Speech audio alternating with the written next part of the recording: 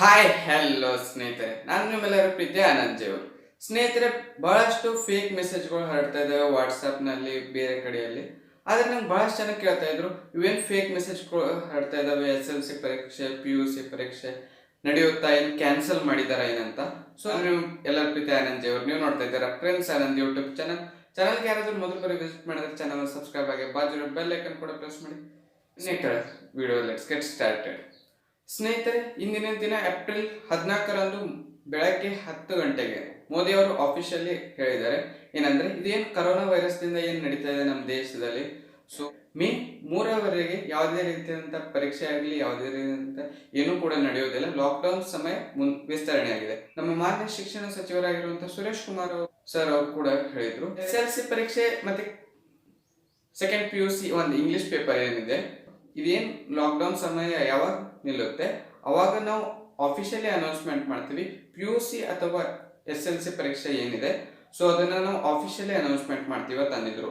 So ನೀವು ಕೂಡ checkout ಮಾಡಬಹುದು. ನಿಮ್ಗೆ ಎಲ್ಲರಿಗೂ ಗೊತ್ತಿರೋ PUC ಯಾರು ಓದ್ತಾ ಇದ್ದೀರಾ, PUC ಗೋಸ್ಕರ pue.kr.nse.in ವೆಬ್ಸೈಟ್ ಇದೆ, ಅಲ್ಲಿ ಹೋಗಿ ನೀವು ಲೇಟೆಸ್ಟ್ ನೋಟಿಫಿಕೇಶನ್ಸ್ ಕೂಡ ಚೆಕ್ ಮಾಡೋದು ಸ್ನೇಹಿತರೆ. ಅಂಡ್ SSLC ಯಾರು ಓದ್ತಾ ಇದ್ದೀರಾ ಅವ್ರಿಗೋಸ್ಕರ ವೆಬ್ಸೈಟ್ ಇದೆ, kswv.kr.nse.in. ಸೊ ಮತ್ತೆ ಕೆಲವೊಂದು ಏನ್ ಫೇಕ್ ಮೆಸೇಜ್ಗಳು ಹರಡ್ತಾ ಇದಾವಪ್ಪ ಅಂದ್ರೆ, ಕೆಲವೊಬ್ರು ಹೇಳ್ತಾ ಇದಾರೆ SSLC ಮತ್ತೆ PUC ಪರೀಕ್ಷೆ ಏನಿದೆ ಅದನ್ನ ಕ್ಯಾನ್ಸಲ್ ಮಾಡ್ತಾರೆ.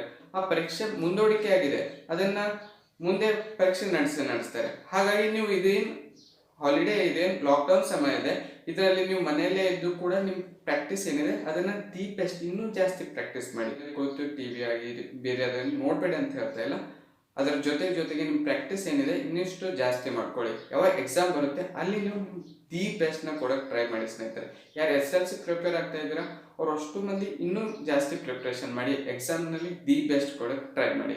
ಮತ್ತೆ ಯಾರು PUC ಒಂದು ಪೇಪರ್ ಏನಿದೆ ಇಂಗ್ಲಿಷ್, ಅದ್ರ ಮೇಲೆ ನೀವು ಪ್ರಿಪೇರ್ ಆಗಿದ್ದೀರಿ ಅಂತ ಅನ್ಕೊಂಡಿದೀನಿ. ಮತ್ತೆ KCET ಮೇಲೆ ಯಾರು ಬರೀತಾ ಇದ್ದೀರಾ, KCET ಮತ್ತೆ ನೀಟ್ ಮೇಲೆ ಕೂಡ ಪ್ರಿಪ್ರೇಷನ್ ಇನ್ನೊಂದಿಷ್ಟು ಜಾಸ್ತಿ ಮಾಡಿ ಸ್ನೇಹಿತರೆ. ಹಾಗೆ ಈ ವಿಡಿಯೋ ಉದ್ದೇಶ ಇಷ್ಟ ಆಗಿತ್ತು. ಎಲ್ಲಿ ಏನು ಫೇಕ್ ಮೆಸೇಜ್ಗಳನ್ನ ಹರಡ್ತಾ ಇದಾವೆ ದಯವಿಟ್ಟು ಅವ್ರನ್ನ ನಂಬೇಡಿ.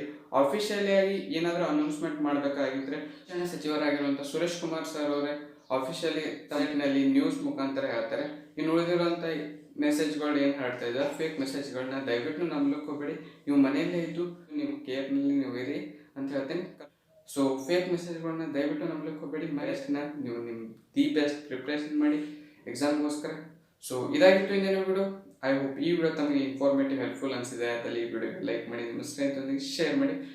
ಇದೇ ರೀತಿಯಾದಂಥ ಎಜುಕೇಷನಲ್ ಅಪ್ಡೇಟ್ಸ್ ಪಡೆಯೋಕೆ ಚಾನಲ್ ಸಬ್ಸ್ಕ್ರೈಬ್ ಮಾಡೋದನ್ನು ಮರಿಬೇಡಿ.